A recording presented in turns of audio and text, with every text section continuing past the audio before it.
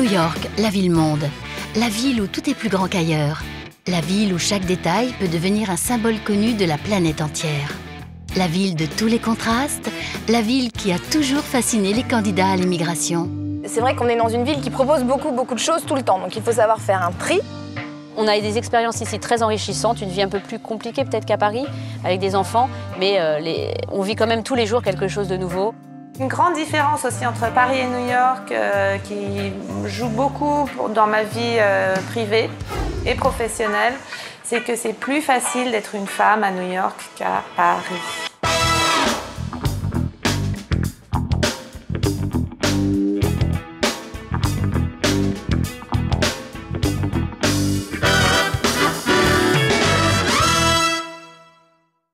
Moi, j'avais cette curiosité d'aller dans une université américaine. C'était quelque chose que j'avais envie de faire. Je voulais connaître le monde anglo-saxon et surtout le système légal anglo-saxon. Je me sens plus en sécurité ici. Je peux me mettre en mini-jupe ou avec mes grandes lunettes des années 70. Et tout le monde se mélange ici, personne ne va me remarquer. Avec des enfants, je dirais que c'est plus compliqué puisque l'école se termine plus tôt. Donc pour une femme qui travaille, dans mon cas, ça demande beaucoup plus d'organisation, de logistique. Vous pouvez aller à la banque le dimanche, vous pouvez aller faire vos courses le soir ou la nuit. Beaucoup de choses sont ouvertes 24 heures sur 24. New York compte près de 8 400 000 habitants, dont une majorité de femmes qui ont une espérance de vie pour celles qui sont nées à New York de plus de 80 ans, contre 74 ans pour les hommes. New York abrite la communauté française la plus importante des États-Unis. On estime à plus de 20 000 le nombre de Françaises vivant à New York. La plupart résident sur l'île de Manhattan, le cœur de la grande ville. Il n'existe pas de chiffre officiel, car même s'ils ne cherchent pas à passer inaperçus, les Français ne sont pas tenus de s'inscrire au consulat de France. Nous avons rencontré 5 Françaises, 5 expatriées, qui chacune a un parcours différent. Céline a fait des études de droit en France et aux États-Unis. Elle s'est installée à New York avec son mari en 2006 en tant que consultante en droit. Ils ont 3 enfants. Elle a un hobby, la pâtisserie.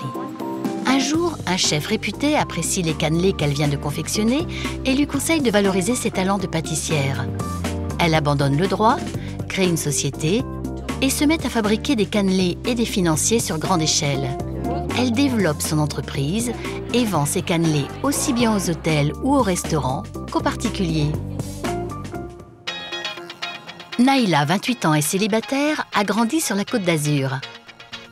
Après des études de commerce, elle rejoint la Parsons School à New York, une école de mode renommée, puis enchaîne les stages aux États-Unis plutôt que de rentrer en France. Influencée par la Méditerranée, elle réalise son rêve, créer une ligne de maillots de bain. Le succès est au rendez-vous. Son but, ouvrir des boutiques dans les grandes villes. Elle travaille beaucoup, ce qui ne l'empêche pas de vivre à fond la vie new-yorkaise. Sophie a quitté la France en 1996. Elle a été avocate à Paris et est inscrite au barreau de New York. Parfaitement bilingue, en tant que spécialiste du droit français et du droit américain, elle travaille notamment pour l'État de New York. Mais à New York, il est bon d'avoir plusieurs cordes à son arc pour survivre. Sophie est aussi journaliste et elle confectionne des bijoux. Pour lutter contre le stress d'une vie professionnelle intense, elle accorde beaucoup d'importance à l'écoute de son corps et est une fervente adepte du yoga. Corinne est une artiste. Coco Dolé, c'est son nom d'artiste, est née en Avignon.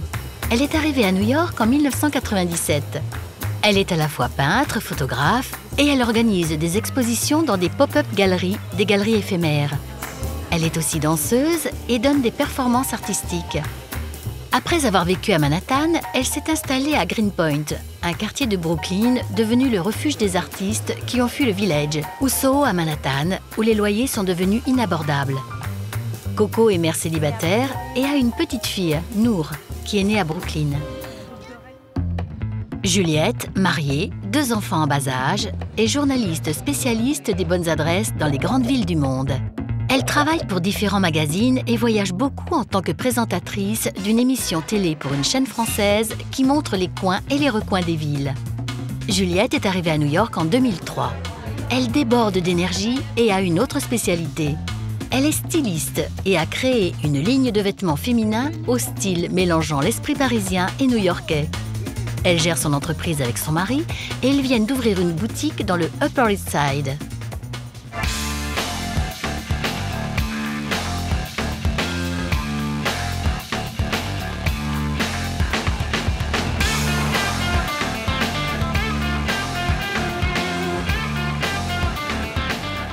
Comment ces 5 Françaises sont-elles arrivées à New York? Je suis arrivée quand j'avais 23 ans et j'avais envie d'ouvrir toutes les portes. J'avais beaucoup d'énergie et cette ville a beaucoup d'énergie. Je suis arrivée ici en sortant d'école, un petit peu par hasard. Je suis venue à New York pour faire mes études à Parsons School, qui est la meilleure école de mode, de stylisme sur New York. En France, j'étais avocate et j'ai réussi à continuer à travailler en arrivant ici pour le cabinet pour lequel je travaille en France.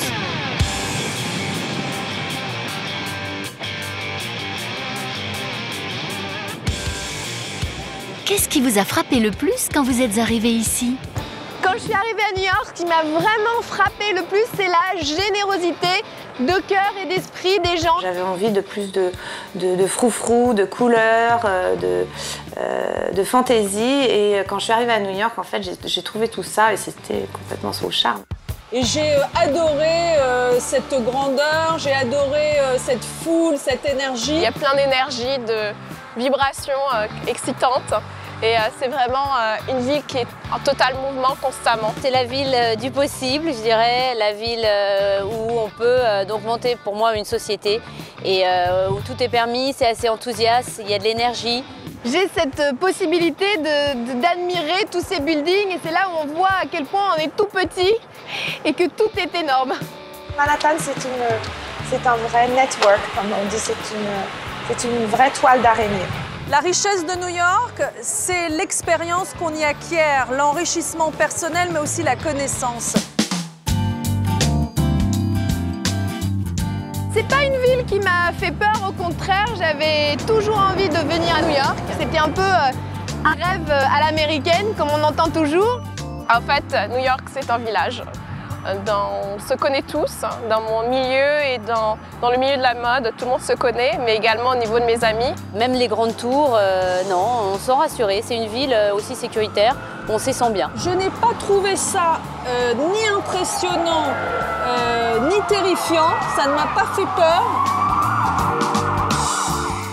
5 heures du matin, quelque part dans le Bronx, à 30 minutes de métro de l'Upper East Side.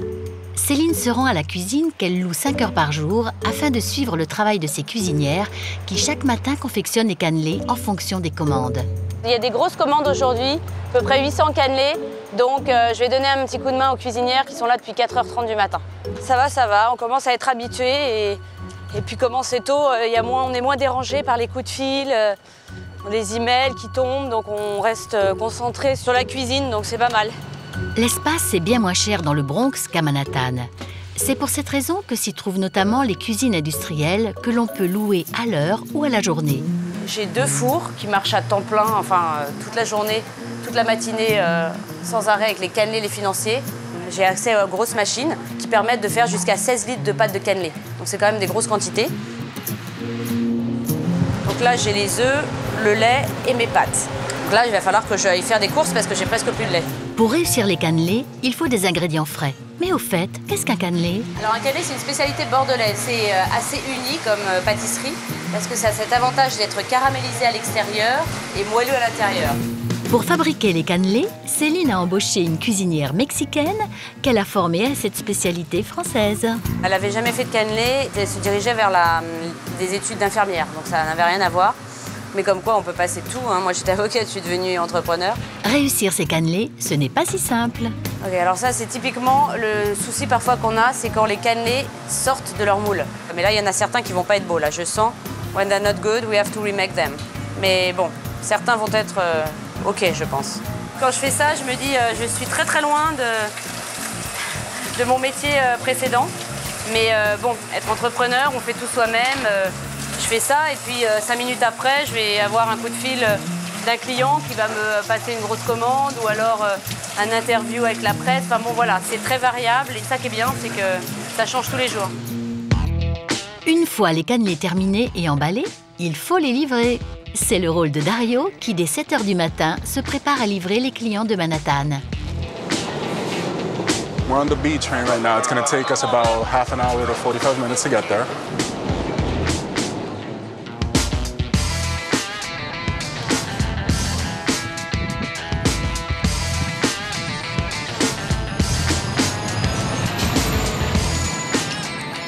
Les clients, des hôtels, des traiteurs, des sociétés qui passent des commandes pour leurs réunions clients ou des coffee shops. Plus tard dans la journée, Céline passe souvent elle-même faire un complément de livraison, s'assurer que tout se passe bien et prendre de nouvelles commandes. Pour faire connaître une spécialité française et la vendre à New York, le meilleur moyen, c'est d'être présent partout où la France fait parler d'elle. Par exemple, le 14 juillet.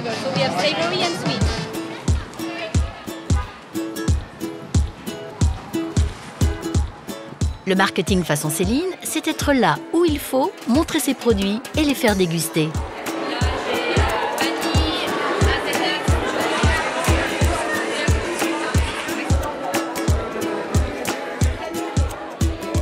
Il n'y a pas d'âge pour apprécier les cannelés, que ce soit au lycée ou là où la France a une vitrine.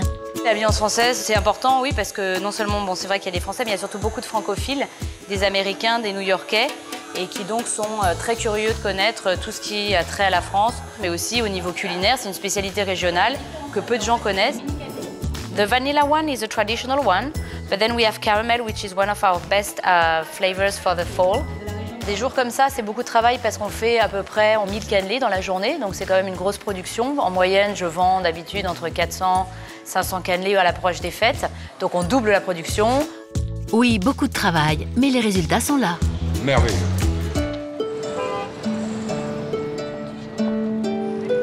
À New York, tout coûte cher. Et lorsqu'on ne dispose pas d'un important budget pour faire de la publicité ou du marketing, il faut de l'imagination, des idées, partager les frais et créer des synergies. Céline a rencontré une autre Française qui cherche à développer les ventes d'un produit très différent des cannelés, des jus de fruits haut de gamme. Pour optimiser les rendez-vous de démarchage, elles ont décidé de rencontrer ensemble les personnes responsables des achats dans certains hôtels. Alors aujourd'hui, nous sommes venus pour voir le James Hotel, la Food and Beverage Manager, pour essayer de la convaincre de prendre nos produits pour les amenities. Les amenities étant des gourmandises ou des produits qu'on offre aux invités dans les chambres d'hôtel. Cette personne a découvert mes cannelés à un événement auquel j'ai participé à l'Empire State Building. Donc elle est venue vers moi, donc je suis un peu en position de force pour une fois. C'est pas moi qui suis allée à la recherche du client. L'objectif, c'est qu'elle nous prenne nos produits de manière régulière, qu'elle délivre à ses invités dans les chambres de manière quotidienne nos produits. Le meilleur argument, c'est encore la dégustation. Mais après, il faut concrétiser. Ça s'est bien passé, on a une bonne impression à la sortie de l'entretien. Elle est très agréable et charmante, donc c'est vrai que ça facilite la discussion. Je pense que le produit plaît. Après, c'est toujours la discussion tarifaire qui va décider de la suite. À Manhattan, les bureaux sont chers. Pour l'instant, Céline travaille donc de chez elle, un appartement de 2 chambres qu'elle occupe avec son mari et ses 3 enfants. C'est une chambre-bureau, donc voilà, bon, ça fait un petit peu, ça fait quand même 3 ans maintenant. Donc j'ai un petit bureau aussi dans ma cuisine et j'ai surtout mon bureau ici parce que j'ai tous les dossiers. Je travaille de chez moi parce que voilà, je perds moins de temps dans les transports. Quand j'ai pas besoin d'aller en cuisine, je reste chez moi. Après, je vais à mon rendez-vous, je reviens ici. Alors ici, c'est essentiellement le matin, je regarde les emails auxquels j'ai pas répondu la veille, donc je réponds aux clients. Là, on a une commande de 400 cannelés pour aujourd'hui d'un traiteur, donc je fais la facture. Je fais aussi toutes mes factures pour tous mes clients réguliers. J'imagine, tu peux juste me dire ce qu'il en est ? Camille, une stagiaire venue d'une école de commerce française, aide Céline dans toutes ses tâches. Et la cuisine est à la fois espace de travail et salle de réunion quand elle n'est pas réservée à la vie familiale.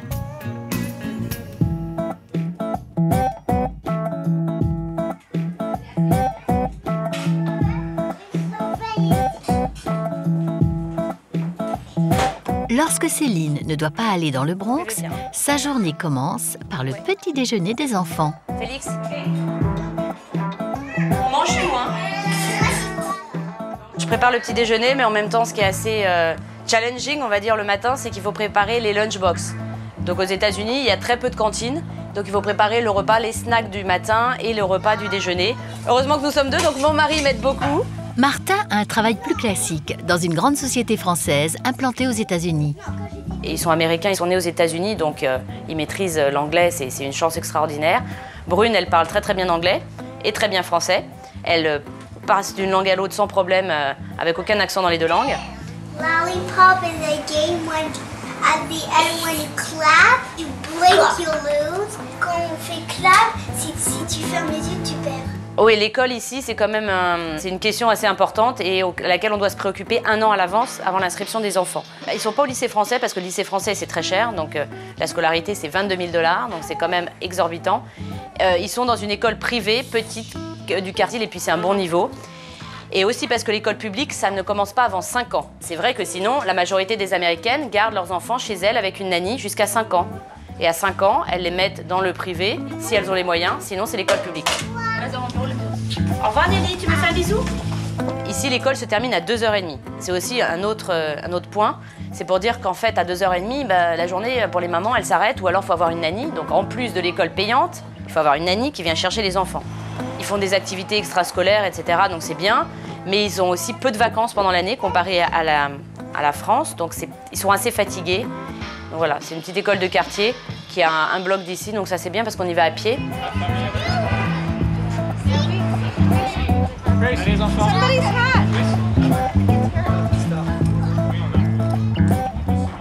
Pendant la journée, Céline gère la fabrication, le commercial, le marketing, le développement et tient malgré tout à s'occuper des enfants.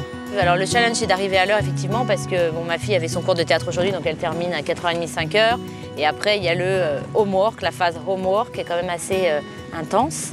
On va passer une petite heure, je pense, à travailler. Puis j'ai oublié aussi, il y avait mon fils qui a du homework pour demain. Mais bon, lui, c'est une lettre de l'alphabet à faire, mais ça prend un peu plus de temps avec lui quand même, parce qu'il n'a pas envie de travailler. Les devoirs font partie de la vie quotidienne des écoliers, qui manquent parfois d'application. Côté loisirs, vivre dans un immeuble résidentiel à New York peut avoir des avantages. Tous les samedis matins, la famille au complet se rend à la piscine, qui se trouve 16 étages plus bas. Allez, vous allez à l'ascenseur, sans courir. Tu vas faire le crawl aujourd'hui? Non. C'est super. Si, le crawl, tu le fais bien.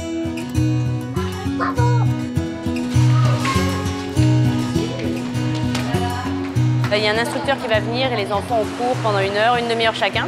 Donc là, c'est le moment un peu relax de la semaine où toute la famille est réunie, on est à la piscine pendant 1 heure, 1 heure et demie. Et c'est très sympa. Donc les enfants sont ravis, sont déjà dans l'eau. Ça va être un bon petit moment en famille. Je viens every Saturday.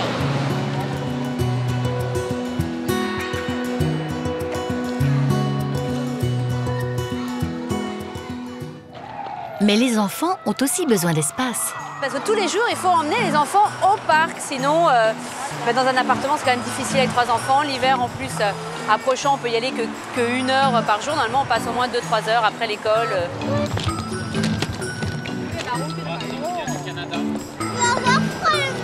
Quand on développe une entreprise, on ne peut jamais se dégager complètement de son travail. Là, je viens de voir une amie de Toronto. Et là, elle m'a commandé 2 boîtes. Donc l'occasion s'est faite aujourd'hui. On s'est dit, voilà, on va se voir. Et donc j'ai apporté les petits cannelés. Arriver à concilier une vie professionnelle bien remplie avec sa vie de famille, c'est l'un des principaux challenges auxquels Céline est confrontée à New York.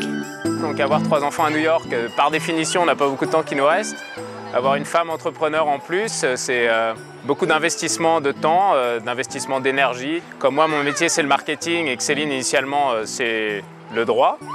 Elle s'est reposée sur moi, évidemment, pour comprendre comment marketer son produit. Ça implique un certain nombre de sacrifices, évidemment, qu'on fait sur notre vie. Où on n'a pas le même confort de vie qu'on pourrait avoir si on avait 2 boulots normaux, avec 2 salaires normaux.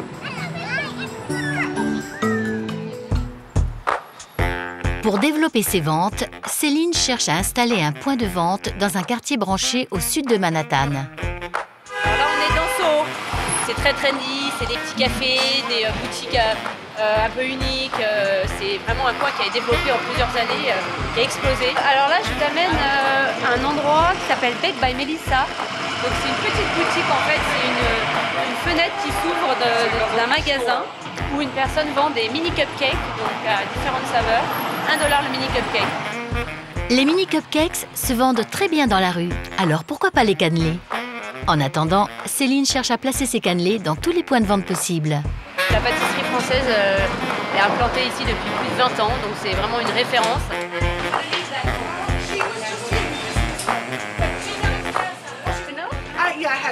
Okay, I hope you'll try it. So I put the flavor on the back. Depuis des mois, Céline mène des démarches pour pouvoir implanter ici un point de vente mobile. Donc ici, on est devant l'emplacement où j'aimerais bien avoir mon kart, où normalement je devrais avoir mon kart, puisque le parc m'a autorisé à avoir un emplacement ici, devant ce square, qui s'appelle le Petrosino Square. Mais pour l'instant, on a une œuvre d'art devant, qui est une représentation d'une cellule de prison. Donc voilà, en fait, il y a des artistes qui veulent en même temps mettre leurs œuvres d'art au même emplacement que mon kiosque.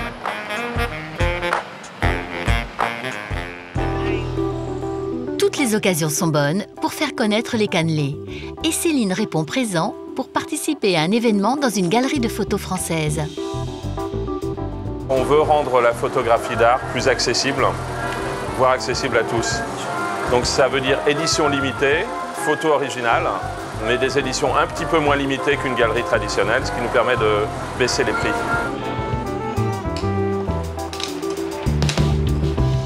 Inlassablement, Céline se présente, propose ses produits, multiplie les contacts et cherche à s'associer avec tous ceux qui véhiculent une image positive de la France. Vous avez peut-être besoin de mettre vos affaires avant en bas. Camille, Stéphane, enchanté, bienvenue. Oui, Camille. Donc, je suis ravie aujourd'hui parce que je sponsorise un événement, une vente privée qui organise la vente de ces photographies.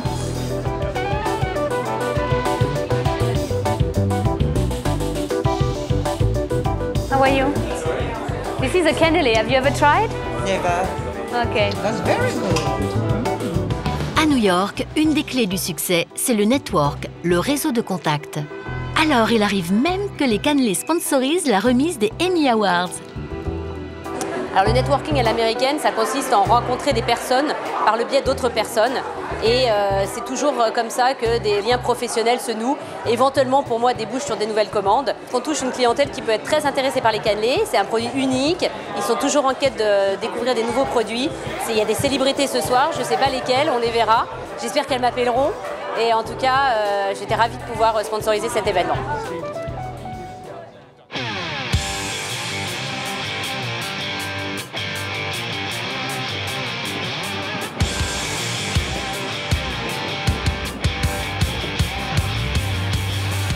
Comment des Françaises arrivent-elles à créer leur entreprise à New York? Au début, je n'ai pas redouté cette idée, je n'ai pas eu peur de me lancer au niveau du côté administratif parce que c'est quand même assez simple. J'ai créé ma société à New York parce que justement, j'ai étudié à New York et j'avais tous mes contacts et mes connaissances du marché sur New York, mais également parce que c'était très facile de créer sa propre société. Je l'ai créée en un jour. Très vite, le rêve américain est arrivé à moi. J'ai trouvé un investisseur. Je me suis retrouvée dans un appartement genre loft new-yorkais en plein Soho. Oui, j'ai créé une entreprise. Alors, comme j'étais avocate, ça m'a aidée. J'ai pas pris d'avocat pour la créer, donc j'ai fait ça toute seule. C'est peut-être parti un petit peu trop vite, parce qu'ensuite, tout est redescendu. Mon investisseur m'a lâché, il m'a même copié. Je me suis retrouvée chapter 11, comme on dit ici. J'ai pas commencé avec beaucoup d'argent, j'ai pas d'investisseur derrière moi, mais j'ai une famille qui m'a aidée. Là, j'ai rencontré d'autres investisseurs, j'ai eu des échecs. C'est jamais facile de lever de l'argent quand on est une femme.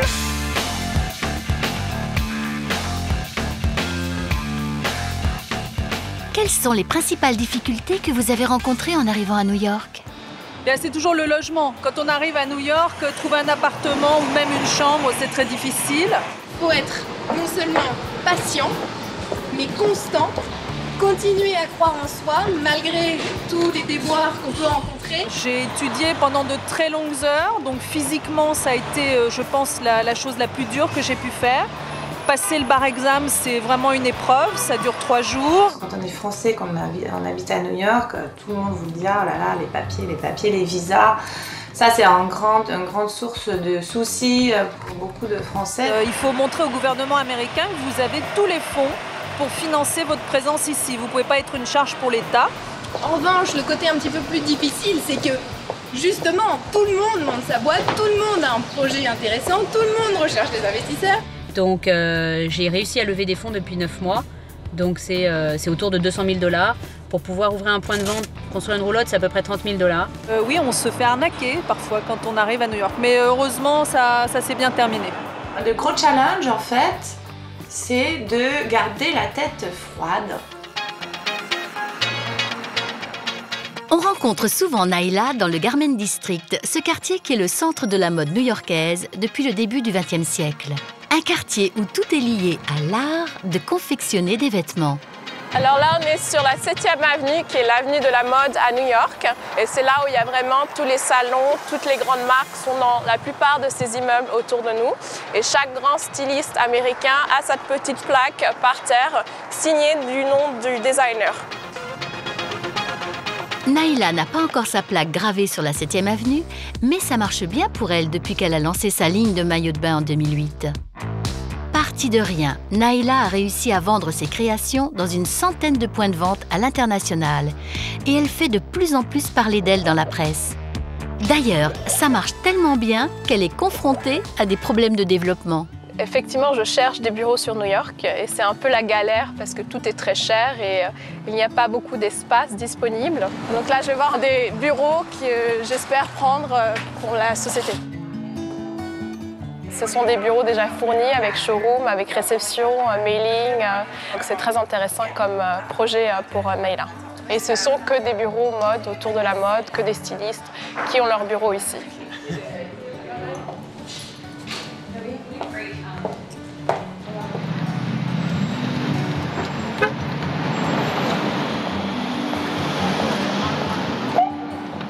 Dans le Garment District, des immeubles entiers sont occupés par des bureaux réservés aux stylistes et aux marques d'habillement. D'autres sont dédiés au commerce de tissus ou aux ateliers.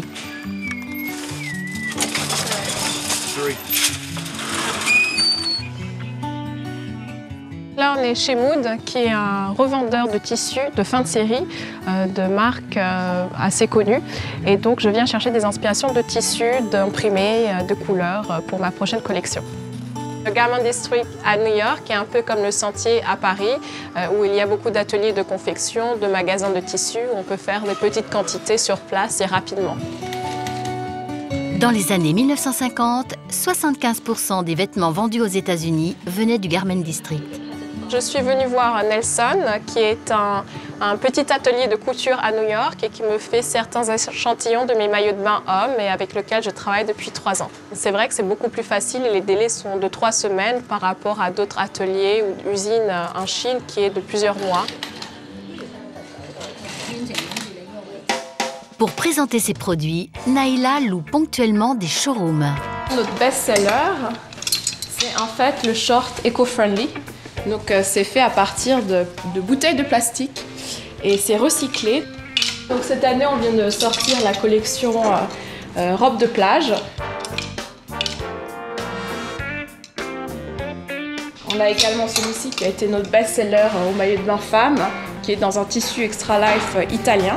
Même si elle s'entoure ponctuellement de collaborateurs, Naila fait tout elle-même et surtout le travail de création. Le processus commence avec des dessins à la main sur mon carnet d'idées et qu'après je remets sur mon ordinateur avec des schémas un peu plus complexes et que je transmets après à l'usine. Ça par exemple, c'est un échantillon que j'ai reçu d'une usine. Ils m'ont envoyé comme ça, donc je vais leur dire non, voilà, on enlève le bouton, le placement du logo sera différent. Hi, how are you? I'm Naila. Nice to meet you. Welcome in. Thank you for coming in and review the line. Une des manières de vendre ses produits, Naila présente sa collection directement aux acheteurs des grands magasins américains ou étrangers. Alors là, on vient de faire une vente avec Yael, qui a un magasin à Shanghai. Donc on vend vraiment à l'international. Et elle vient de me faire une très belle commande sur les shorts hommes qui sont recyclés. You know, it's French. It's always very luxurious and it's always like, you know, chic. Yeah. Le label France, ça aide. Mais pour vendre, il faut aussi de belles photos. Et Naila, ce jour-là, doit choisir ses mannequins. On arrive chez mon photographe, Paul. Hi, Paul. How are you? Good to see you. Good to see you. Come on in. Thank you. Là, on est pour le casting. Donc, j'ai fait venir quelques filles d'Ivre en agence, justement pour essayer des maillots et pour faire un test shoot. Je cherche vraiment quelqu'un qui a un joli corps, une belle personnalité.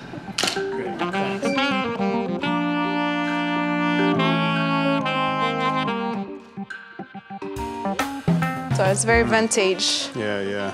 Alors c'est la première fois que je vois un book sur iPad, un portfolio, et c'est assez nouveau, mais c'est sympa. Have you shot any swimwear? Alors j'ai beaucoup aimé Melinda, que j'ai trouvée vraiment très belle. Alors, elle est un peu métisse, donc vraiment les couleurs vives sur elle vont vraiment bien rendre. Et je pense que ça sera vraiment très vendeur. Elle a un peu ce côté exotique. Naïla travaille beaucoup et pour se détendre, elle pratique le jogging. Donc le Hudson River, c'est un endroit très sympa au bord de l'eau. C'est là où je viens me détendre après une journée de boulot. Et en fait, c'est vraiment très agréable de courir au bord de l'eau. C'est une ville tellement trépidante, New York, qu'on a besoin de souffler et de lâcher prise. Parce que sinon, on a la grosse tête, quoi.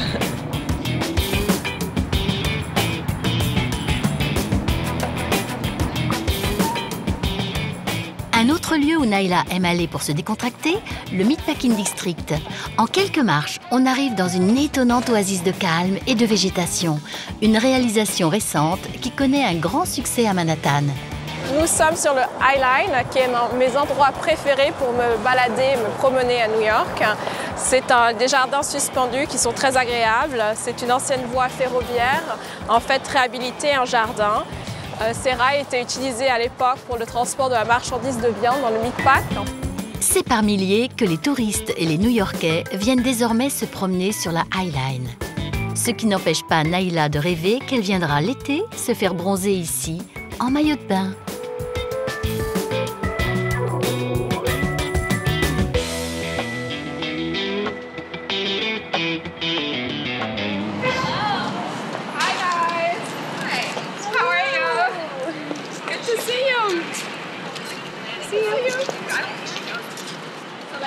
On est samedi. Naïla et deux amis se sont donné rendez-vous pour prendre un brunch à la française.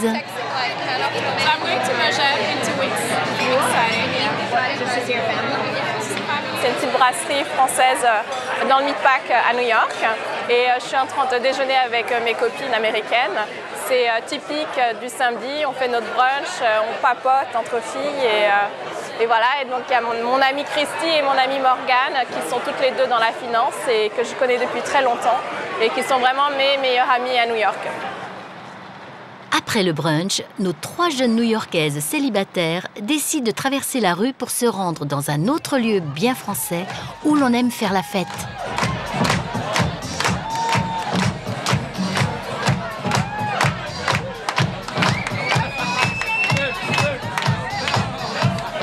C'est un restaurant français à New York. Il y a du champagne, on fait la fête en plein milieu de l'après-midi. C'est un peu le concept Saint-Tropez, mais à la new-yorkaise.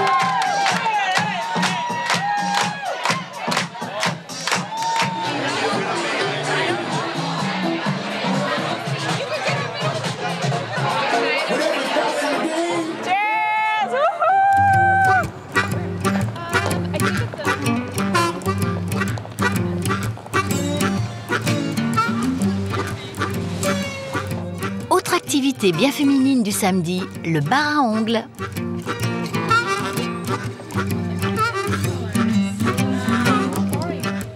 C'est un bar à ongles qui est très sympa, on peut se faire des choses assez uniques. Et c'est vrai que par rapport à Paris ou en France, il n'y a pas beaucoup de bars à ongles de ce style.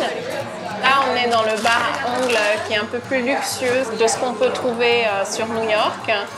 C'est quelque chose où on peut se faire des ongles un peu farfelus avec des couleurs marrantes, des petites paillettes, des petites choses un peu excentriques.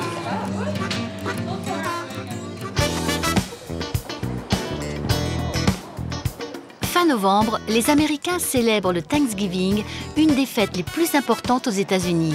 Naïla a décidé de préparer, avec l'aide de son frère Julien, venu lui rendre visite, le dîner de fête traditionnel. C'est là où je fais toutes mes courses à New York. C'est le magasin bio-organique de New York. Je ne crois pas qu'il y ait d'équivalent en France. Le Whole Foods est vraiment un magasin spécialisé dans le bio, mais c'est énorme. Et là, on vient faire les courses pour le dîner de Thanksgiving. On va acheter une dinde. Thanksgiving, c'est donner, c'est remercier pour ce qu'on a. C'est une fête américaine, mais aussi canadienne, où l'on prépare une dinde et que l'on partage en famille et entre amis.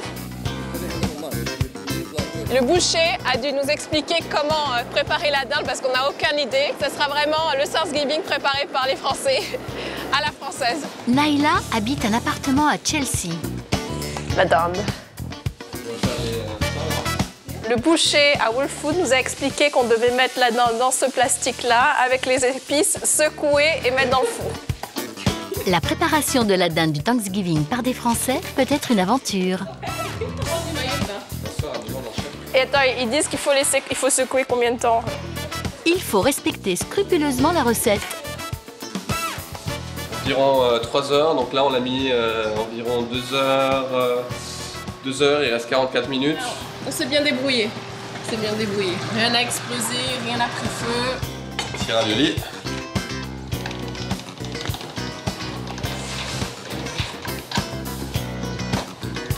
Si tu pouvais un peu mieux aplatir la ravioli là. Là je prépare la meringue, les blancs de meringue montés en neige pour la tarte au citron. On a invité quelques amis, des Américains, des Français, des Serbes, une dizaine d'amis qui seront là à partager avec nous ce dîner que Julien et moi avons préparé. Ça m'arrive oui, de faire pas mal de dîners, j'aime bien regrouper des amis ensemble de différents backgrounds.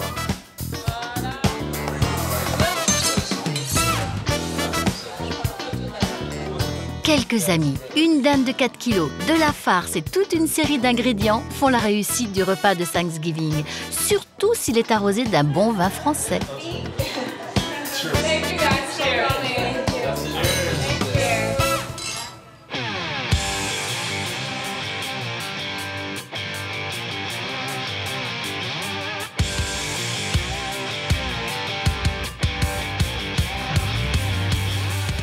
D'un point de vue professionnel, quelles sont les grandes différences entre New York et la France? Je pense vraiment que New York est encourageant pour les jeunes entrepreneurs, peut-être plus que Paris. Pour lancer une entreprise, pour monter sa société, c'est sûr que c'est très rapide. Personne ne vous met des bâtons dans les roues. Mais c'est vrai que c'est assez simple, rapide. En France, je crois que c'est plus compliqué. Enfin, fiscalement, c'est plus facile ici de commencer une entreprise qu'en France. Moi, je sais qu'en France... Ça, c'est un peu dur, hein. Ils taxent beaucoup. On n'est pas jugé sur son âge, donc j'ai commencé ma société à 18 ans, alors que je sais qu'en France, on m'aurait jugé, oh, j'ai pas d'expérience, etc. Mais par contre, ici, on m'a pris au sérieux tout de suite. Maintenant, on paye des impôts comme tout le monde. Il n'y a pas énormément de différence entre la France et les États-Unis, quoi que tout le monde en dise. Je pense que les gens sont plus directs. Il y a moins un phénomène de clan et d'introduction qui est beaucoup plus nécessaire en France qu'ici. C'est enthousiasmant tous les jours de travailler avec des personnes qui sont positives, qui sont enchantées, qui veulent avancer. Ça fait du bien et c'est ça qui fait tenir. Sophie, métier principal, avocate.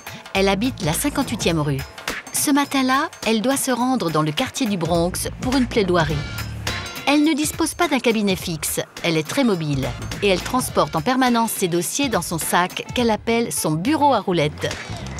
Elle se déplace principalement en métro, le moyen le plus rapide pour bouger à New York. Sophie est consultante et a le statut d'expert auprès des cours fédérales de l'État de New York et du New Jersey. Les juges ou les clients privés peuvent faire appel à elle 24 heures sur 24. Nous sommes dans le Bronx. C'est aussi un gros centre légal puisque comme dans tous les boroughs, ce qu'on appelle boroughs, c'est-à-dire Brooklyn, Manhattan, Staten Island, etc., on a tout le système des cours de justice qui est reproduit. Et cette cour est débordée, c'est une des cours les plus actives des États-Unis, ici dans le Bronx. Ici, derrière moi, c'est la cour civile. Et c'est à cet endroit que Nafissatou Diallo a obtenu donc, un accord avec Dominique Strauss-Kahn. Sophie collabore tous les jours avec la police et les juges, en français et en anglais. Et je suis venue m'occuper d'une affaire dans laquelle la défendresse ne parlait pas un mot d'anglais. Pour que la procédure soit régulière, il faut que quelqu'un parle français et qu'il soit certifié en tant qu'expert par les cours. Donc j'ai passé des examens très précis pour ça. Le Bronx a mauvaise réputation. Et même si le quartier a évolué en bien ces dernières années, il reste un des endroits les plus difficiles de New York. Il y a certains tribunaux qui restent ouverts donc jusqu'à 1h du matin. Ça, c'est une différence par rapport à la France. On considère que le Bronx, c'est un peu une zone rouge. Alors, j'ai jamais eu peur. Il m'est arrivé une seule fois d'être un petit peu chahuté, disons bousculé par des jeunes garçons. Ils étaient 3.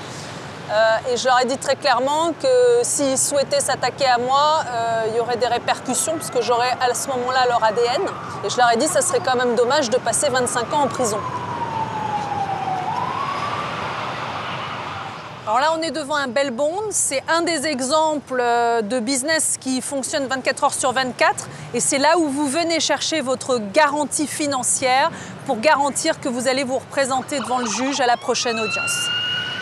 Je crois qu'il y a une fierté dans le Bronx. Il y a ce qu'on appelle une vibe. Les gens ne s'habillent pas pareil, ils ne parlent pas de la même façon, mais ils n'en sont pas pour autant diminués. Au contraire, ils sont assez fiers d'être du Bronx. Jennifer Lopez, qui est assez connue, elle vient du Bronx, elle le dit très souvent, Jennifer from the Bronx. Il y a un côté cool dans le Bronx. Oui, malgré une réputation sulfureuse, certaines parties du Bronx sont devenues des quartiers tout à fait fréquentables, où l'on peut faire des rencontres sympathiques. Il est mignon, puis il sent la paille, il est adorable. Adorable. Ah, j'ai craqué là. Ça fait craquer des trucs comme ça. Mais attention, dans le Bronx, on n'est jamais à l'abri d'une mauvaise surprise. Pipi. Thank you. Thank you. Have a blessed day. C'est le prix à payer quand on craque sur les bébés du Bronx. C'est pas grave.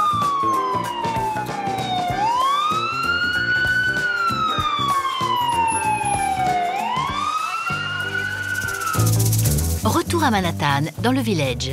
Aux États-Unis, les avocats ont le droit de faire de la publicité et de démarcher des clients.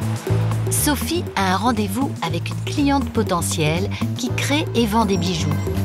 C'est un quartier que je connais bien ici. On est dans le West Village. Je m'en vais en rendez-vous clientèle. C'est une cliente que je ne connais pas, qui travaille dans le monde de la mode, qui fournit des créations à des célébrités et même à Michelle Obama. Donc c'est quelqu'un qui a beaucoup de succès.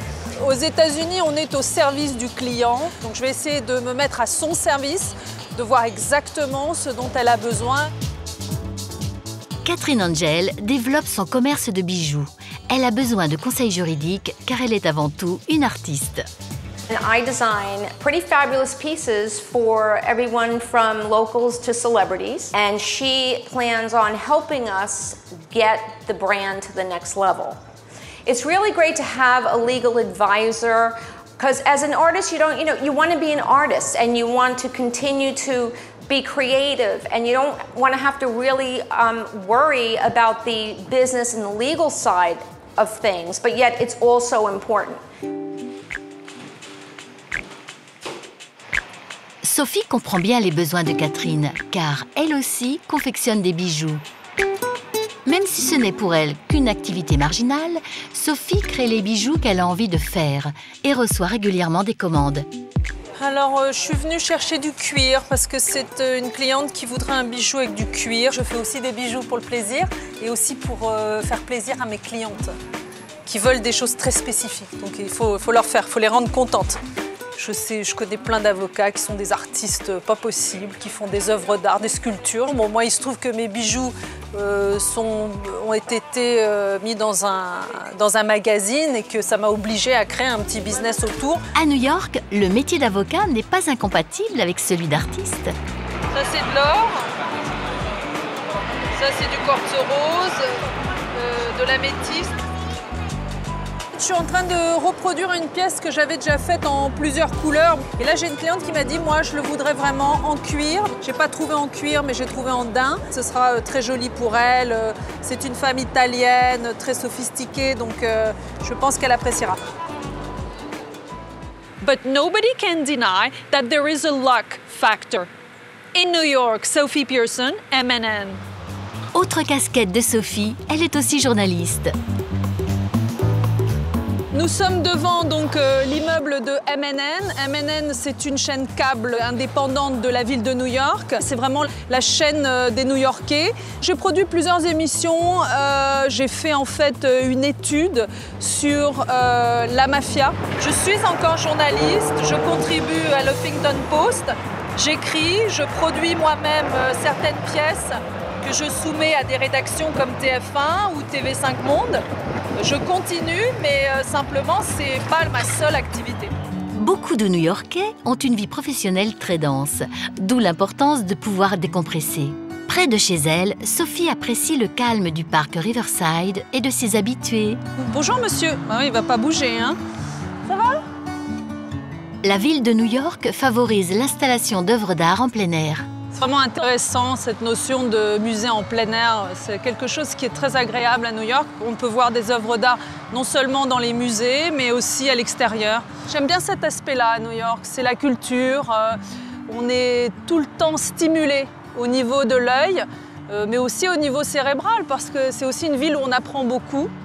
Entre une forêt de gratte-ciel, une voie rapide et l'Hudson River, le Riverside Park est une oasis de verdure et de tranquillité. Et ce qui est très caractéristique de New York, c'est qu'on passe toujours d'un monde à l'autre, c'est-à-dire ce monde un peu industriel, de voitures, de bruit, à quelque chose de beaucoup plus calme, comme l'eau, qui est très apaisant. Alors voici encore un exemple d'une œuvre d'art en plein air. Et la vraie question de cette œuvre, enfin ce qui me vient à l'esprit, c'est est-ce que la ville de New York vaut plus qu'un diamant finalement, puisque c'est une bague de fiançailles. Et beaucoup de gens qui viennent ici ne peuvent plus repartir, donc c'est vraiment comme un mariage finalement.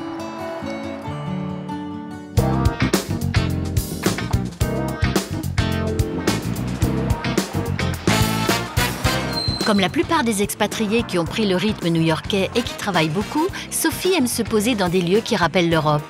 Là, nous nous trouvons à Italie. C'est l'endroit où je prends mon petit café, ma petite pause café. C'est aussi un luxe parce que la tasse de café est vendue au prix de l'or. C'est 4 $, mais ça vaut vraiment le coup. C'est le meilleur café de New York. Et meilleur qu'en France, hein, café italien. Pour aider son corps à lutter contre le stress de la grande ville, Sophie attache beaucoup d'importance à une alimentation saine. Alors ici, nous sommes dans un magasin où je viens très souvent. J'achète mon huile d'olive, j'achète mon vinaigre balsamique et puis d'autres produits. J'achète aussi des olives, des tapenades. Ce sont des produits gourmets, disons. Voilà, c'est ça. Jérôme, c'est mon conseiller. Donc à chaque fois que je viens, je suis contente déjà de lui parler en français. C'est toujours agréable.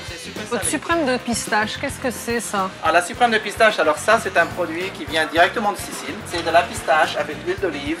Et alors ça, vous allez goûter. C'est délicieux. Voilà. C'est vraiment délicieux. Bon, merci beaucoup. Voilà, très bien. Tout le plaisir était pour moi. À bientôt, c'est toujours un plaisir de vous voir, Jérôme. En métro, en taxi ou à pied, en vraie New-Yorkaise, Sophie rationalise ses déplacements, ce qui lui permet de faire un maximum de choses en une journée. Alors en général, ma journée se termine par du yoga. Le yoga, c'est très important pour la forme physique. À New York, il faut être très en forme physiquement, mais aussi mentalement. Et une des vertus du yoga, c'est d'accroître le fonctionnement du cerveau. À New York, les studios de yoga sont des sanctuaires où l'on vient se décontracter, se ressourcer. Le yoga apporte paix et bien-être et ses adeptes sont à New York de plus en plus nombreux. C'est pas une mode, c'est vraiment un lifestyle, comme on dit ici, c'est-à-dire un art de vivre, un mode de vie.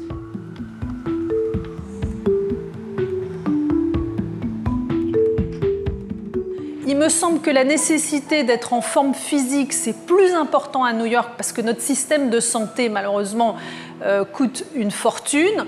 Et c'est aussi la meilleure ville pour pratiquer le yoga. Puisqu'on est tellement en effervescence tout le temps, on a tellement de demandes et les donneurs d'ordre sont tellement difficiles à satisfaire qu'il faut aussi augmenter nos capacités au niveau physique et mental.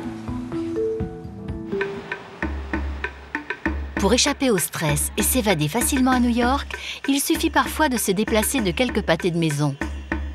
Ce qui est très intéressant à Manhattan, c'est que les quartiers sont compartimentés. On a Chinatown, on a Little Italy. Et ici, nous nous trouvons dans Koreatown, cette petite enclave coréenne qui n'est pas si petite puisque derrière ces immeubles se passe vraiment toute une vie coréenne.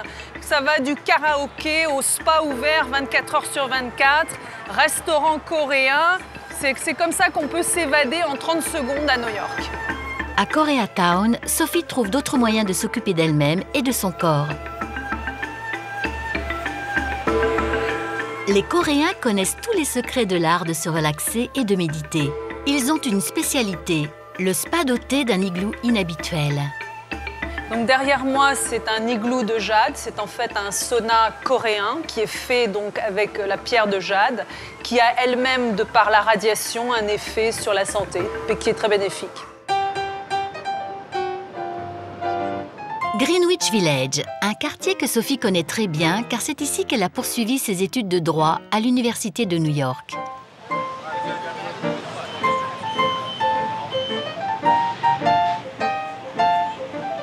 C'est vraiment un quartier étudiant parce que le campus d'NYU est à proximité. Il y a beaucoup d'étudiants, beaucoup de sandwicheries, des boîtes de nuit, enfin vraiment tout ce qu'il faut pour les étudiants. C'est le quartier où pendant un an, Sophie a travaillé d'arrache-pied de 12 à 18 heures par jour, tous les jours, week-end compris. Alors là, nous arrivons purement et simplement sur le campus d'NYU. Ça, ce sont les dormes. Moi, je ne pouvais pas louer de chambre dans ces dormes parce que c'était trop cher. Donc c'est pour ça que j'avais loué un appartement en colocation sur la 85e rue. Donc ça me faisait une distance assez grande pour venir à l'école. Et les drapeaux d'NYU sont partout, hein. NYU occupe une très grosse partie de Lower Manhattan. J'y ai trouvé aussi des gens qui étaient formidables, comme une propriétaire d'une petite boutique qui faisait des sushis et j'avais pas le temps de faire la cuisine ou de rentrer chez moi. Et donc c'est un quartier plein de souvenirs. Plein de souvenirs, plein d'amitiés, plein de bonnes choses. Nous arrivons à la Law School, donc sur la droite ici, et c'est l'endroit où j'ai étudié. Bien là, je me trouve devant le 40 Washington Square South, qui est l'école de droit où je suis allée lorsque je suis arrivée aux États-Unis. Et c'est beaucoup d'émotions. On est 17 ans en arrière. J'arrivais donc par cette porte et je rentrais pour la première fois dans ma première classe. Aujourd'hui, je suis sur le board du French American Bar Association, FABA, et nous organisons un événement pour les étudiants justement pour parler des carrières traditionnelles et non traditionnelles offertes aux avocats. C'est avec beaucoup d'émotion que Sophie participe à cette conférence, ravie de partager son expérience. There are 50 other people, Americans probably find some little niche. Maybe it's your language skill that's gonna get you a foot in the door.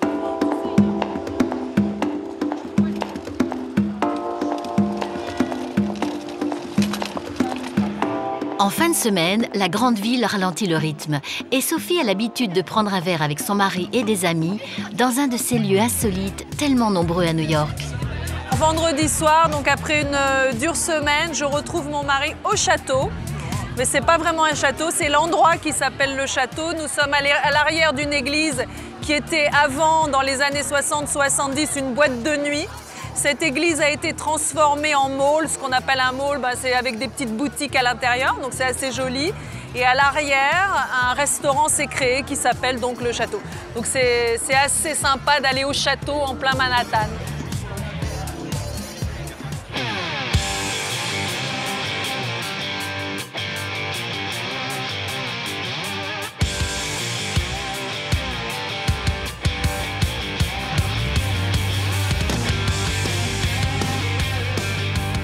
Qu'est-ce qui vous étonne le plus à New York?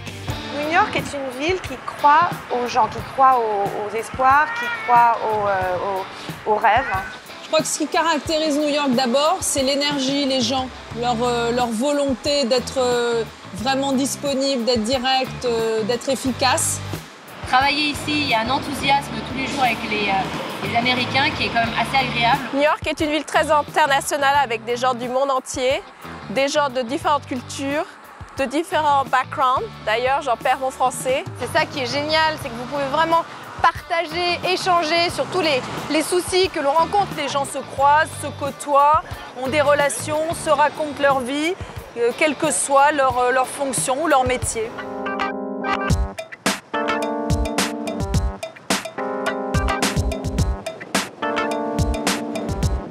À l'est de Manhattan, une fois franchi le pont de Brooklyn, on se retrouve rapidement dans le quartier de Greenpoint. Un quartier en pleine évolution, jadis peuplé d'immigrants polonais, où se retrouvent maintenant de nombreux jeunes, de nombreux artistes que la hausse des prix de l'immobilier a fait fuir Manhattan. Une ambiance un peu babacool. C'est là qu'habite Coco Dolé, qui connaît parfaitement le milieu des artistes de Brooklyn. Coco adore son quartier. Elle y habite depuis 2007. Moi j'habitais dans l'East Village avant, c'était là où tout se passait avant, dans le downtown Manhattan. J'ai tous rapatrié à Brooklyn parce que les loyers sont devenus trop chers. Ça a été envahi par le conformisme des grosses marques. On est en plein cœur de tout ce qui se passe en ce moment avec toutes les séries télévisées.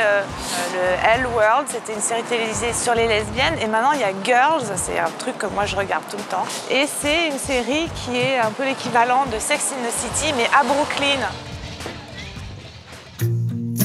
Coco travaille chez elle, un appartement de 2 pièces dans une petite maison de 4 appartements. Mon métier, mon activité à New York, c'est d'être artiste. Je suis un petit peu comme un chat ici, je me faufile avec différentes vies, plusieurs scénarios, mais toujours dans le cadre de l'art. Donc j'ai commencé par la peinture il y a 5 ans, 6 ans. Et puis après je me suis intéressée à la photo et puis je me suis intéressée à la performance artistique aussi puisque j'ai commencé ma vie d'artiste en tant que danseuse en petit rat de l'opéra au théâtre d'Avignon. Donc j'ai aussi un langage avec le corps. J'ai été aussi la muse d'autres artistes, j'ai posé pour des peintres et des photographes. J'ai fait plusieurs petites peintures, des petites peintures ovales, pour en faire des petites pins comme ça. Donc ici on a l'origine du monde, donc c'est une peinture, une interprétation pop à la Coco Dolé de l'origine du monde de Gustave Courbet, qui est une peinture scandaleuse. Je crée mes propres mignonnes avec mes copines. Je les prends en photo, je les habille, je les dessine. Je crée des contextes, des environnements bucoliques où j'incorpore et mes dessins et mes photos.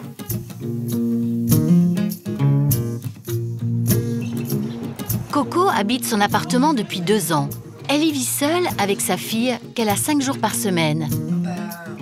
C'est ma choupinette, elle s'appelle Nour. Ah Nour, choupinette. Elle va avoir 3 ans, 3 jours.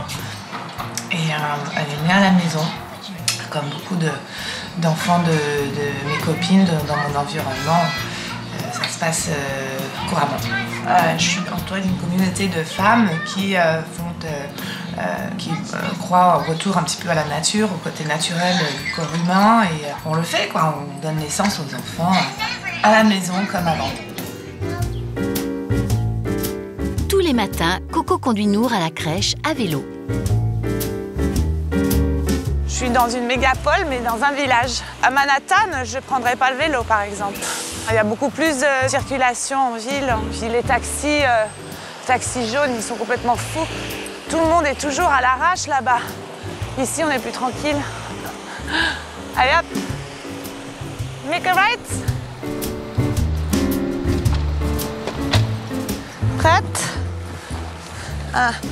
Voilà, on dépose Nour. La petite école, c'est une sorte de petite garderie super mignonne. C'est dans un appartement. Jacques. Voilà.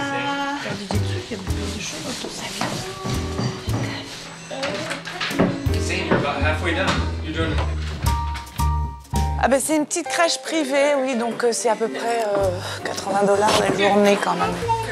C'est pas donné, hein, bah oui.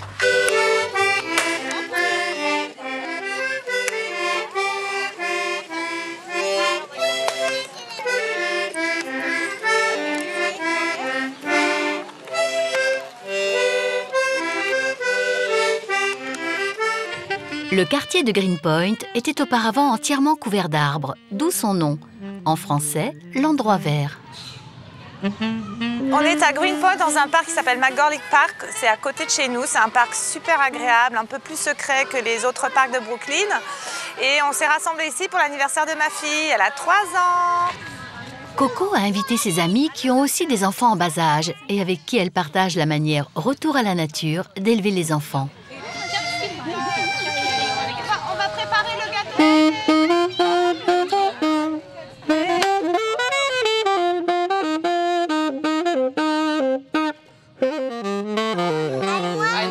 Happy birthday to you. Happy birthday, dear Nour. Happy birthday to you.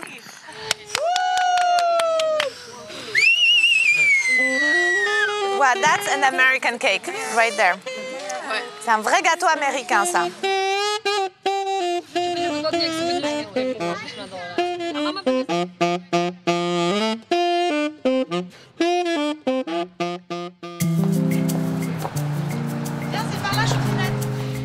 Greenpoint a toujours été baigné d'une ambiance nord-européenne, car ce sont des immigrants hollandais, polonais et russes qui l'ont peuplé au XIXe siècle. C'est aussi ce qui plaît à Coco.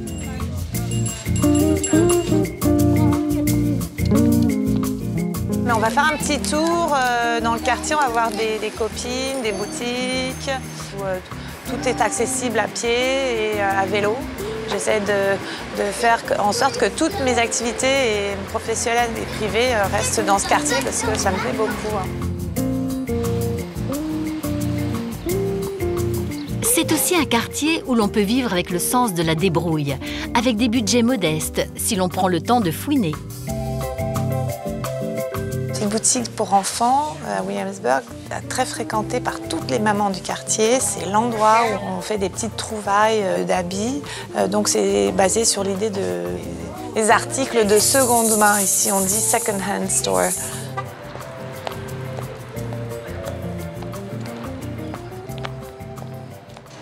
Parfois, il arrive que Coco doive se rendre à Manhattan. Alors, elle emprunte le métro. Alors le L-train, il faut descendre encore. Ah, ils sont géniaux ces mecs, je les ai vus déjà danser dans le métro. Ils prennent carrément, ils dansent font du pole dancing pendant que le métro est en marche.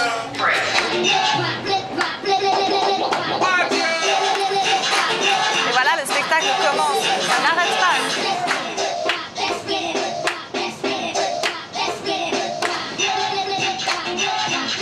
Les lignes sont plus linéaires, donc c'est uptown, downtown, en haut de la ville, en bas de la ville, linéaire, et elles se croisent. Il y a très peu comme à Paris, de métro qui fourmille toute la plateforme de la ville sous terre.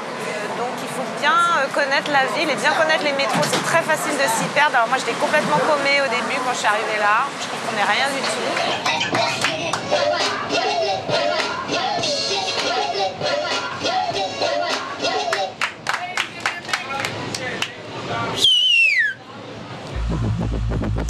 Coco est une artiste, mais il lui arrive aussi d'organiser des expositions pour d'autres. Elle doit donc être au courant de tout ce qui se passe dans le monde de l'art à New York. Donc là, on se trouve dans une foire d'art contemporain française qui s'appelle Cutlog, qui vient s'installer à New York pour la première fois. Donc c'est assez intéressant.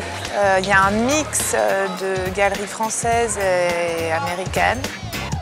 Ce sont des boucliers français, en fait, de police française, qui sont montés comme un château de cartes. Alors, on se demande, il y a une espèce de rapport de fragilité et de force en même temps.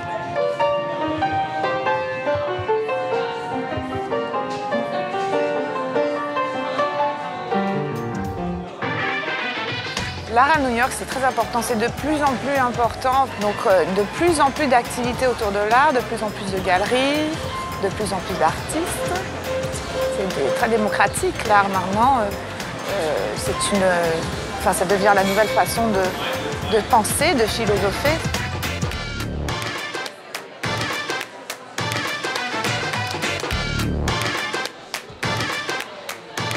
Coco organise des galeries éphémères, dites pop-up, c'est-à-dire qu'elle trouve un emplacement original pour y présenter des œuvres d'art pendant quelques jours, puis l'emplacement retourne à sa vocation d'origine. De la même manière que Cutlog, elle s'intéresse aux artistes émergents, à l'avant-garde, et cherche à découvrir les nouveaux talents.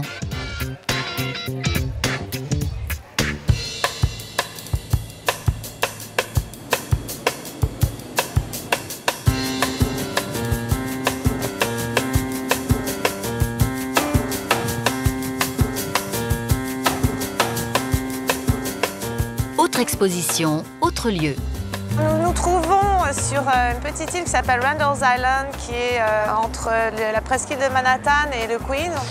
Sur cette petite île, on a une foire d'art internationale qui s'appelle Frieze, qui vient de Londres.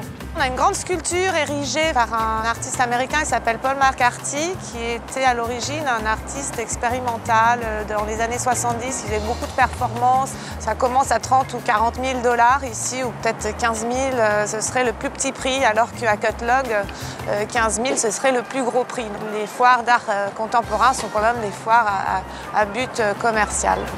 C'est un photographe new-yorkais qui s'appelle Ryan McGinley. Et donc là, c'est une photo de mes amis aussi, qui s'appelle Indias, une nouvelle égérie du cinéma et du milieu de la mode.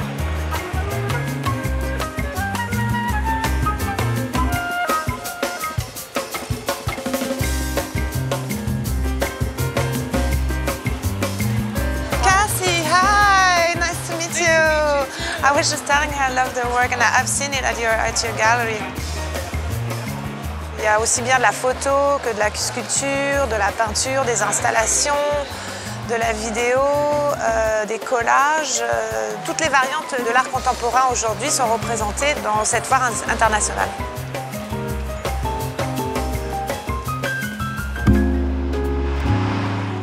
Au sud-est de Manhattan, le quartier de Bowery est devenu un des hauts lieux de l'art contemporain.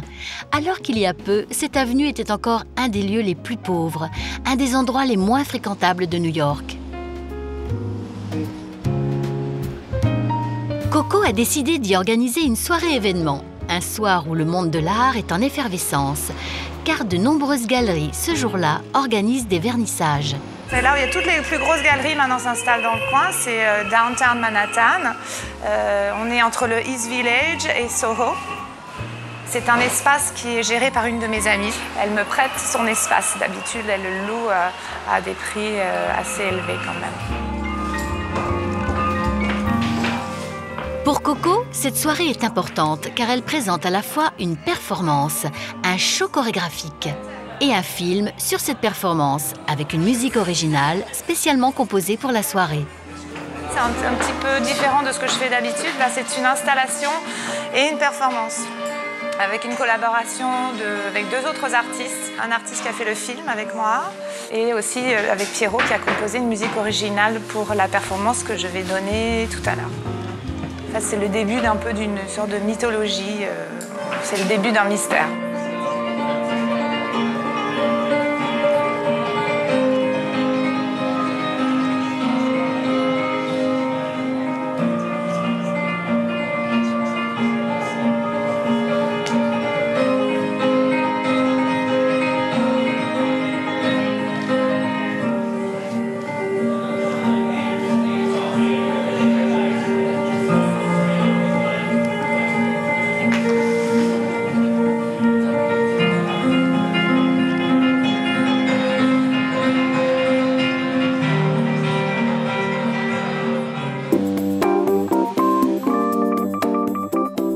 Coco a proposé à une amie de l'accompagner à l'ouverture d'une exposition de photos à Bushwick, un autre quartier qui bouge à Brooklyn. Alors là, on est avec ma super cop Nadia. Et Nadia et moi, on est comme ça. On fait plein de choses ensemble. Donc voilà, là, on roule super classe dans Brooklyn. Je vous emmène dans les fins fonds de Brooklyn. Mais c'est là où il y a toute la communauté artistique du moment. Il y a même des grosses galeries qui s'installent là-bas. Donc on va à l'opening dans galerie. C'est un copain à moi qui s'appelle David Kesting, qui montre un travail de photo d'un artiste des années 80 qui a fait des photos de toute la scène artistique du moment. Donc il y a Andy Warhol, Basquiat, Keith Haring. Donc je pense que ça va être très intéressant, sympa.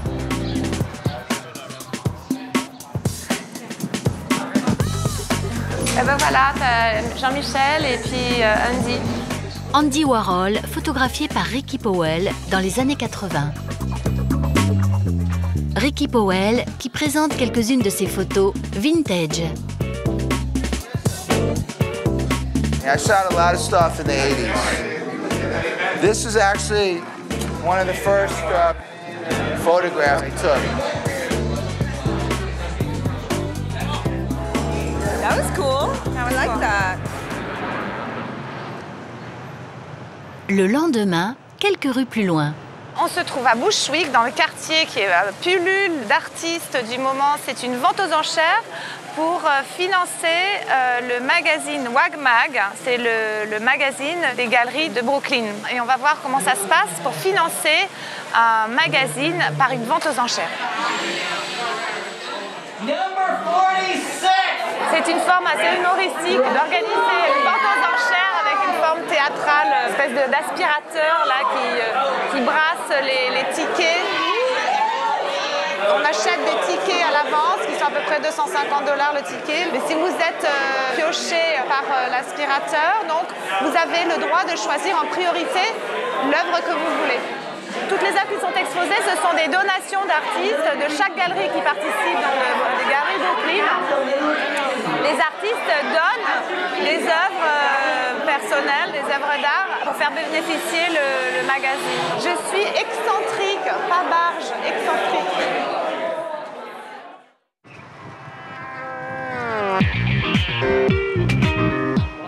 Samedi soir, c'est la fin d'une semaine dédiée à l'art contemporain à New York.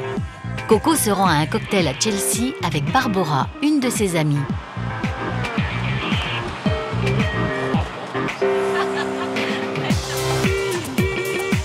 Toutes les deux fument des cigarettes contemporaines.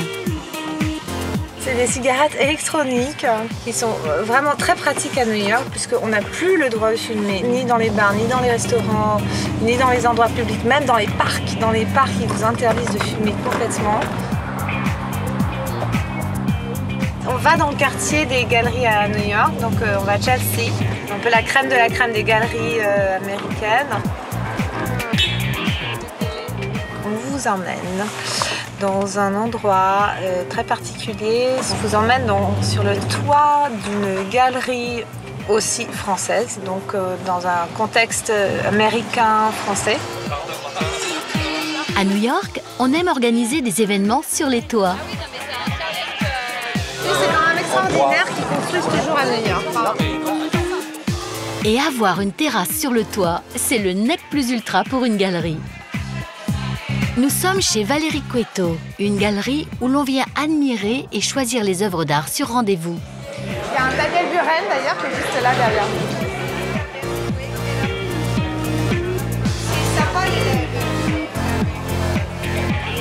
Il y a de la matière. On n'est pas ici pour rien. Et ça, c'est Et plus tard dans la nuit, le petit monde de l'art contemporain se retrouve pour faire la fête.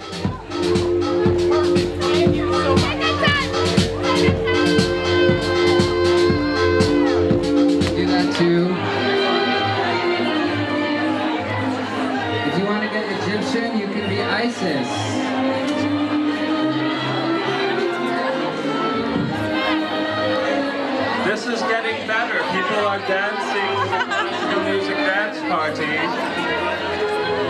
Dance like you are a leper. Dance like a leper.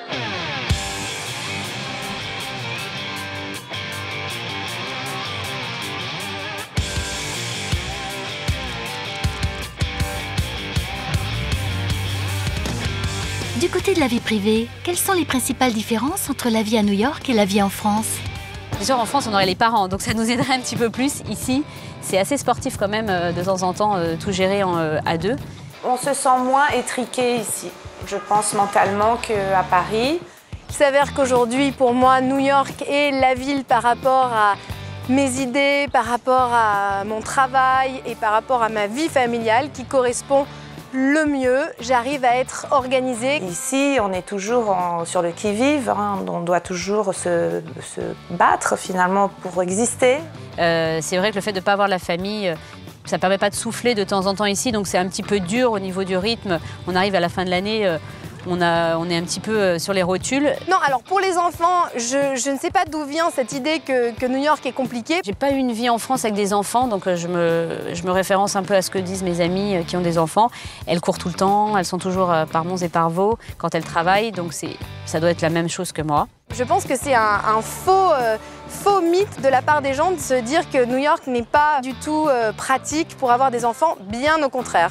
Mais les horaires ici sont différentes. Les gens travaillent moins dans la journée, intensément toutes les horaires, mais à partir de 5-6 heures, ça commence quand même à...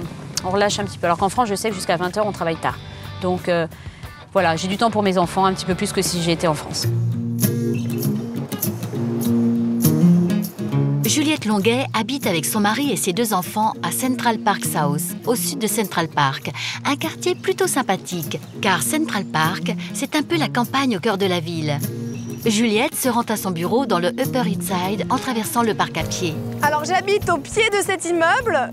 De loin, mon immeuble me paraissait pas tout petit, mais quand je vois cette tour énorme qui est en train de se construire et qui va devenir la tour la plus chère de New York, puisque dès que vous dépassez Essex House, qui est un hôtel très connu à New York, eh bien vous avez la vue sur le parc. Le parc, 4 km de long sur 800 mètres de large au cœur de Manhattan.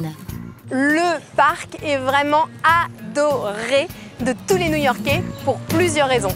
Une des raisons, les rencontres inattendues que l'on peut y faire. What is the name? Are you a dog walker? Yes. All brothers and sisters? Exactly, yeah. You're lucky. Central Park est aussi considéré comme une énorme salle de gym. Ça donne envie. Le soir et le week-end, la circulation automobile y est totalement interdite. Alors, place aux sportifs. Journaliste spécialiste des bonnes adresses, Juliette nous emmène dans un des quartiers qu'elle préfère à New York. Un quartier dont elle connaît tous les recoins, Soho, au sud de Houston Street. Soho a été envahi par les artistes dans les années 1960 et 70, lorsque les immeubles industriels ont été convertis en lofts bon marché. Aujourd'hui, beaucoup d'artistes ont laissé la place à une faune hyper tendance et leurs ateliers ont été souvent convertis en boutiques branchées. Donc là maintenant, je vous emmène chez Selima. Selima est à New York depuis au moins 25 ans et elle a ouvert sa première boutique sur Bond Street quand elle est arrivée, qui est vraiment un mélange à la fois d'objets, de vêtements vintage. Hi, bonjour. Avec 5 boutiques aux États-Unis et 2 à Paris, le succès de Selima est dû à l'originalité de ses lunettes. Bon alors moi, je suis dingue des lunettes de Selima.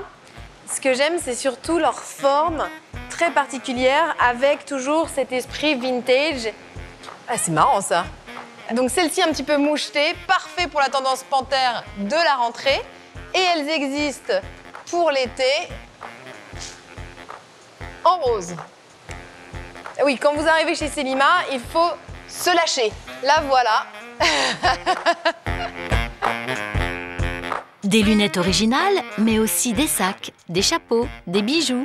En fait, Selima vend tout ce qu'elle aime et avant tout, un style. Moi, je suis opticienne optométriste, basée à New York depuis 20 ans. Et je collectionne les sacs vintage Hermès, Chanel et les vêtements aussi. Et donc, par amour, j'ai monté cette boutique. C'est assez haut de gamme, en fait. Ce que je vends, c'est plutôt des grandes marques et tout. C'est une passion qui est devenue un business. Donc, c'est ça qui est intéressant. Une autre adresse originale, elle aussi bien française, un laboratoire de parfums. Ici, on vous concocte des fragrances sur mesure. Le labo, c'est vraiment mon endroit préféré en parfum à New York. Ici, on vous conseillera à la perfection et surtout, vous ne serez pas déçus. On peut réaliser ce parfum avec les produits qui sont directement importés de Grasse. Tubéreuse, c'est le parfum exclusif pour New York. Et pour attirer le client, rien de tel qu'un distributeur de parfums gratuit. Alors, le labo a même son petit bénitier vintage devant la boutique et vous pouvez appuyer et vous parfumer directement. Soho et Nolita sont des quartiers à la mode et il n'est pas rare d'y croiser des célébrités. Encore faut-il les reconnaître. Alors elle, c'est juste la plus grosse styliste de New York. Elle passe comme ça, complètement inaperçue avec ses cheveux rouges. Mais les cheveux rouges sont très distinctifs. C'est elle qui a lancé Sex in the City, la série Sex in the City. Si elles étaient super lookées de la tête aux pieds et si Manolo Blahnik est devenu aujourd'hui ce qu'ils sont, eh ben c'est grâce à elle.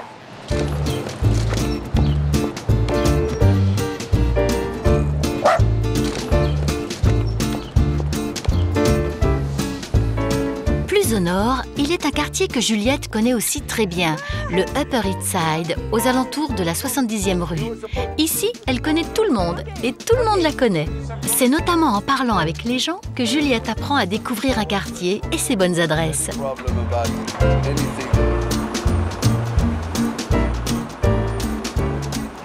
You guys, of course.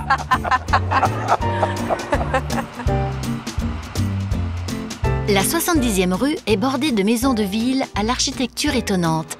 Alors, quoi de plus normal que d'y trouver une boutique hors norme? Donc, petit stop chez Grill & Go. Salut! Bonjour, comment ça va? Christopher Go possède une véritable caverne d'Ali Baba, un paradis pour décorateurs en mal d'objets extraordinaires.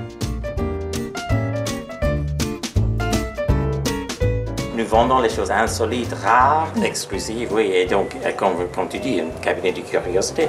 Et c'est pas le meilleur, c'est le seul.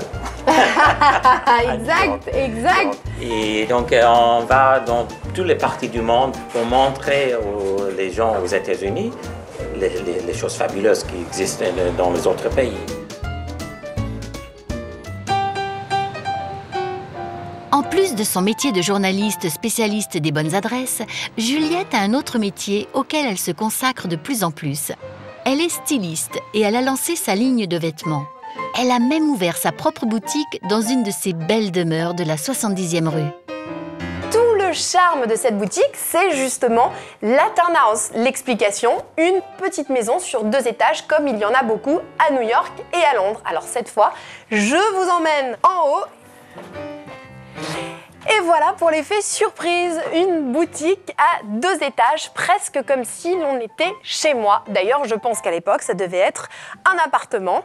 Et je vous emmène d'ailleurs dans la salle à manger où je vais organiser un déjeuner cette semaine à laquelle vous serez conviés. En plus de notre énorme cabine d'essayage, j'ai derrière les rideaux mes bureaux, notre atelier où l'on travaille de manière très sérieuse. Oui, il faut travailler sérieusement et être tenace pour réussir à New York. Juliette a 4 employés. Elle travaille avec son mari qui s'occupe du back-office, tandis qu'elle consacre son énergie à la création, au marketing, aux relations publiques et à la vente. Une bonne idée, Juliette organise dans sa boutique des déjeuners auxquels elle invite ses clientes, qu'elle reçoit dans les règles de l'art. Je suis en train de faire la mise en place du déjeuner, très art de vivre à la française, avec les noms de chaque femme. C'est compliqué parce que je veux qu'elle fasse connaissance et en même temps, c'est sympa qu'elle se retrouve à côté d'une fille qu'elle connaisse. Pour l'occasion, le bureau se transforme en cuisine et tout est bientôt prêt pour accueillir une douzaine de convives. Avant de monter son entreprise, Juliette a longtemps travaillé dans le monde du luxe à Paris et à Miami, et cela aide. En 2003, elle lance à New York ses premières robes dans son style bohème branché. Elle se fait un nom dans le milieu de la mode et un article du New York Times l'aide à lui ouvrir des portes au niveau international. La boutique de la 70e rue a ouvert en septembre 2013. Elle est la consécration des efforts que Juliette déploie avec une énergie inépuisable. Bettina, bienvenue dans la conversation de cosmétiques que nous avons. From my collection, and I complimented her. She said every time you wear something, you're the most beautiful woman. Comme toutes les créatrices de mode, Juliette doit montrer ses réalisations en photo chaque fois qu'elle sort une collection. Aujourd'hui, on photographie la collection hiver. Bon, eh bien ça y est, on y va, en plein cœur de Brooklyn, direction la rue, pour des photos urbaines, un peu street life, féminine, rock pour la nouvelle campagne. Là, cette année, on n'avait vraiment pas du tout envie de nature. Donc pas d'arbres, pas de côté romantique, mais d'être plus devant des immeubles délabrés, des portes qui ressemblent à rien, toujours avec un côté rue, limite un peu flou, pour mettre en avant la mannequin et surtout les vêtements qu'elle porte. Petit souci, ce jour-là, de gros camions occupent l'emplacement prévu. Right when we got here. Oh my God! Stuff happening. But another location is just on that corner. Alors là, on devait shooter juste là, et tous les camions de Manhattan se sont retrouvés à Brooklyn ce matin.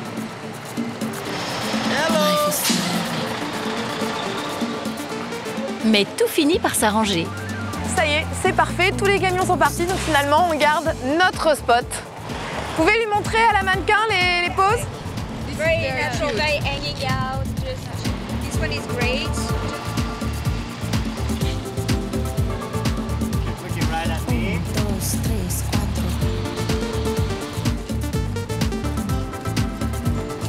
Walking towards me. Perfectionniste, Juliette a l'œil à tout, vérifie tout. Et elle fait ses propres prises de vue, qu'elle envoie instantanément sur les réseaux sociaux. Je suis une malade d'Instagram. Comme ça, après, je fais mes petits effets et on fait des mood boards qu'on met dans la boutique au moment où la collection sort. Et c'est aussi un peu l'ambiance backstage. C'est la nouvelle génération, c'est le social media, comme on dit ici. Start a little further back, walking towards me. 1, 2, 3, 4. Walking down the street, pretty woman.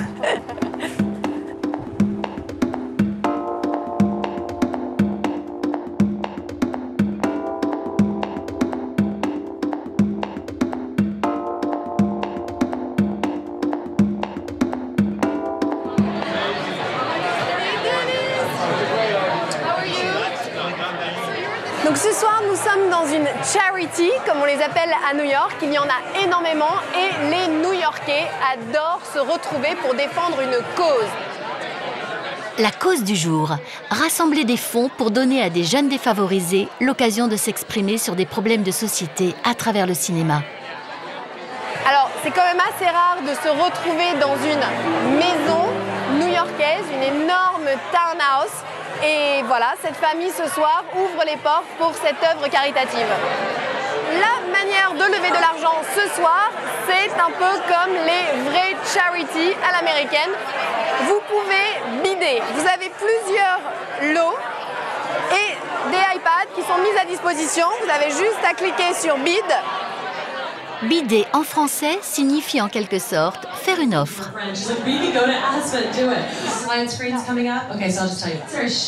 Dans ces soirées, Juliette offre généralement une de ses créations, qui parmi bien d'autres objets sera vendue au plus offrant, au profit de l'association caritative. Et voilà, dans tous ces cocktails, j'ai aussi toutes mes clientes qui sont présentes et c'est un vrai plaisir de pouvoir leur parler, de voir qu'elles portent mes tenues. Une charity, c'est aussi l'occasion de faire des relations publiques.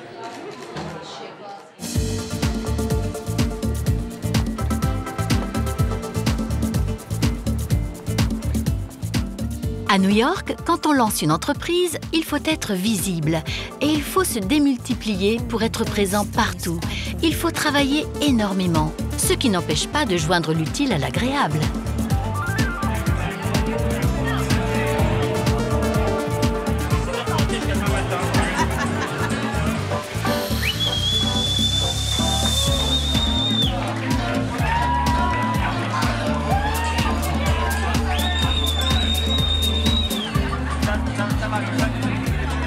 Malgré le chemin parcouru, Juliette aime rappeler qu'elle est née à Reims, la ville du champagne.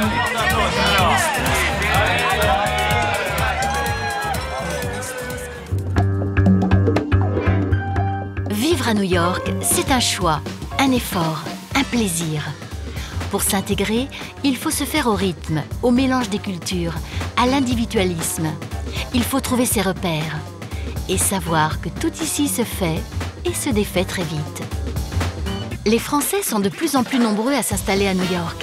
Et quand on demande à nos Françaises si elles aiment la ville, Ah bah oui, on peut pas passer 17 ans quelque part sans l'aimer, ça c'est impossible.